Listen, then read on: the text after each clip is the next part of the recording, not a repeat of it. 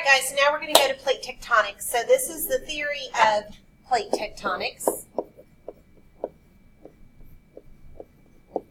And basically we had two scientists. They were Alfred Wegener, and Alfred Wegener basically kind of did what we see at the top right here. He decided, he was looking at the map and he decided, you know, I'm going to cut this up and kind of put them together, and these look like these come together like puzzle pieces.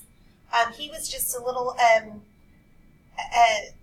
he had puzzle pieces. He had the fact that he found some fossils, both plant and animal fossils, and then also rock formations like mountains that kind of fit together, like if you had mountains over here. Oh, you can't see that part. If you had mountains over here on this side, and it matched up with the mountains over here on this side. So obviously they were together at one time. But he was missing the how. And so the other guy that came together, the other scientist, was Harry Hess. And he discovered seafloor spreading.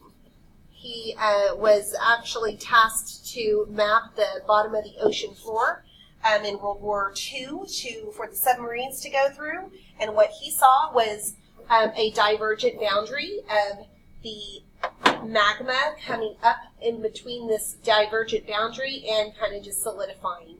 And so this is what we call a mid-ocean ridge. And he said this is how they're moving apart. And you can see by looking at this that the oldest rocks were on this side, and the closer that you got to the middle right here, these were young. So there's obviously the younger rocks in here in the middle. So there was the movement. And what causes these movements is convection currents. So scientists recently discovered that rocks collected from the Franklin Mountains in West Texas and rocks collected from the mountains in eastern Antarctica. So you were talking like huge areas, Antarctica and West Texas, were exactly the same age. So further research showed that the rocks were chemically and geologically the same and came from the same magma source. So at one time, this must have been together. This discovery provides evidence of not coastal erosion, because erosion is just the movement of deposits, and we're talking about full-on rocks and mountains. Plate tectonics, I like this one. Ocean currents. Ocean currents are constantly moving, but that's not going to have anything to do with the rocks. And then glacial melting. This is our correct answer. So a little bit of flashback. What causes seasons? Two things. It is the revolution of Earth around the sun and its tilt. I'm going to make it really big because this, excuse me, is the main reason. All right, so what causes these plates to move? So we learned in our weather unit that warm things rise. Well, it's going to be the warmest right here in the inner core. So as things come here, and it's going to be cooler up here towards the top. So as things here in the middle, they're going to rise. I should put this red. Erase that. They're going to rise up, and as they start to cool down, I mean, we're talking magma, so very small differences of cooling down, but it's going to hit the top of this, and it's going to be a little bit cooler, so it's going to then come down. And this movement, it's kind of like, you know, if you're ever swimming and you're floating on the top of the pool and somebody swims underneath you, and you kind of move along and float along with it. Well, these get dragged and pulled. This one right here would be a divergent boundary because it's pulling in this direction this way and this direction that way. Over here, you've got more of a convergent boundary because you've got them coming down this way and they're coming towards each other. So what causes plates to move? That's going to be convection currents. What types of forces push or pull plates? What types of forces push or pull plates? Unbalanced forces, because they are pushing or pulling, so they are causing a change in their motion. Unbalanced forces. What are examples of geological formations? So geological formations are those like volcanoes, mountains, plateaus, stuff like that.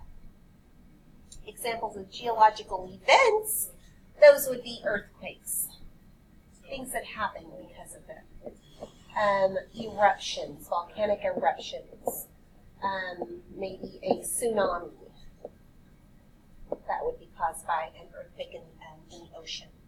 And then describe the plate boundaries. Well, we have our convergent boundaries, things that converge or connect. They come together. We've got divergent boundaries. Like divide, they come apart. And then we have transform boundaries that don't come together or go apart. They slide past each other. So the model to the right shows two continental plates. So we know that these are two continents. Remember, continental plates are less dense. I describe these like a Rice Krispie treat, where they're thick, a lot thicker, but they're not as dense. They've got some like air pockets in between.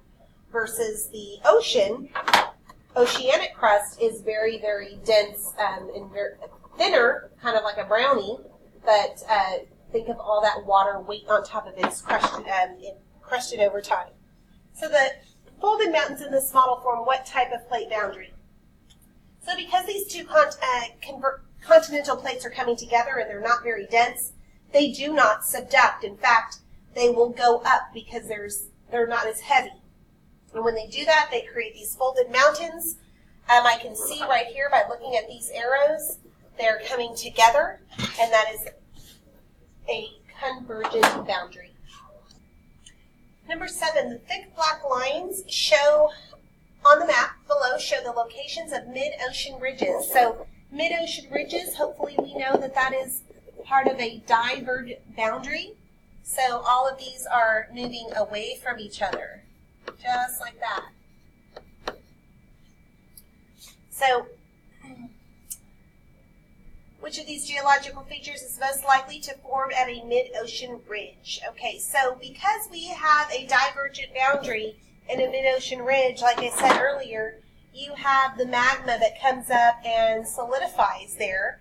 So more than likely, between any of these, a peninsula is kind of like Florida, where it kind of is surrounded by three sides of water. You've got water, water, and water. That's not it. A volcano, I kind of like this. A delta is what comes off of a river. Here comes a river, and it forms what is known as a delta. It's usually full of pollution right here, and like here's the land or whatever, and then right here is the water, and so it forms this delta. It brings all of the erosion down. This is a delta. And then a plateau is a flat piece of land like that. So the correct answer is going to be B, volcano. All right, number 8, the Himalayan mountains are shown on the map below. So we've got the Himalayan mountains right here. 4 students were asked to identify the geological processes caused this mountain range to form, and their responses are shown below. Well, we should know that the only way mountains are formed at a plate boundary area is a convergent boundary. So they collide into each other. They have nowhere else to go. They're not heavy enough to subduct, so they're just going to go up and form those mountains. So we can see here that these are 2 continental plates right here, because this is a continent and that is a continent. So student 1 says 2 continental plates converging. I like that, because converging means to come together. An earthquake in a subduction zone. So this is going to cause, subduction will cause a trench and a volcano, and that's not what this is.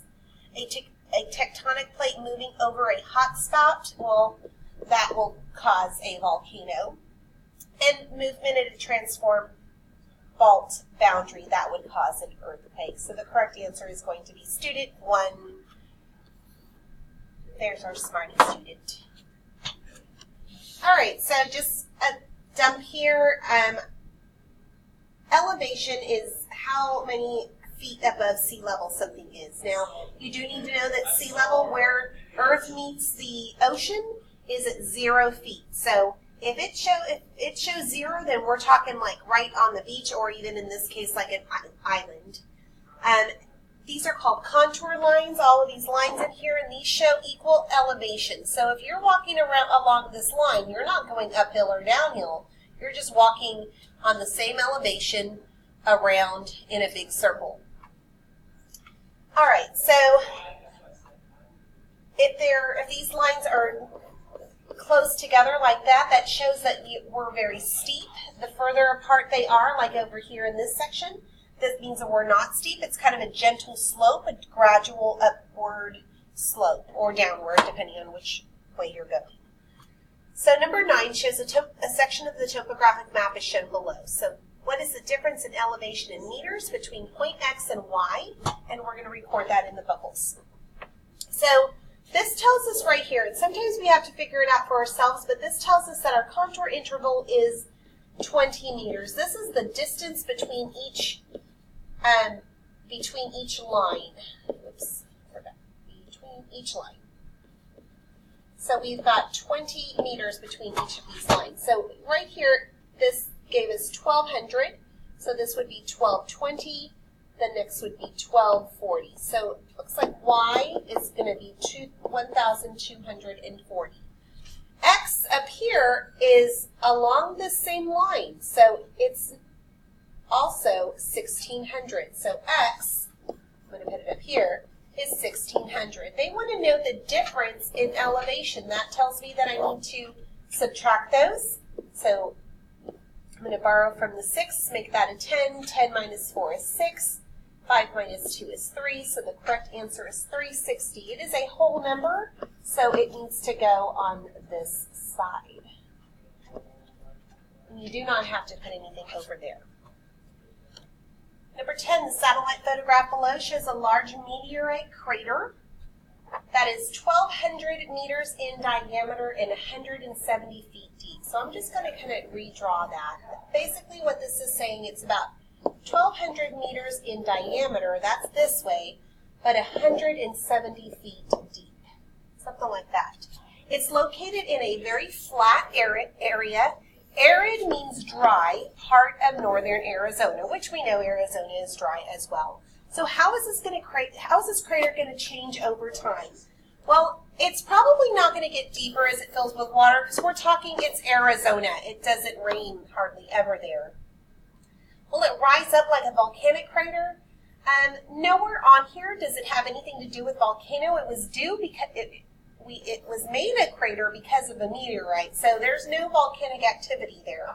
Will it become less deep as the rim erodes? That means this part right here is going to get smaller. Why might that happen? Well, we're in a very flat area, and flat areas basically means that it's very windy. So I like this answer. Will it widen as it fills with lava? Again, this is not a volcano. So the correct answer is going to be C. All right, guys, this one we want you to go ahead and do this one on your own. Please make sure you grade correctly. We will be grading this one. Number 12, the image below shows a ship channel between South Padre Island and Boca Chica Beach in South Texas. So here's the ship channel right here. Sand is sometimes removed from the ship channel through a process called dredging. Again, they're removing the sand to make it easier for ships to travel through this area right in here. Recently, sand from the bottom of the channel was moved to area beaches. So they took the sand out of this and they moved them over here. Or they took the sand out of here and they moved them over here. Without this transfer of sand, what would most likely occur in this area in the future? Well, if they stop doing this, then this is going to become a lot not deeper, because they'll stop it. Will it become shallower? Yes, it's going to stop moving. Not narrower, and definitely not wider. This is the correct answer. I'm running out of time, guys.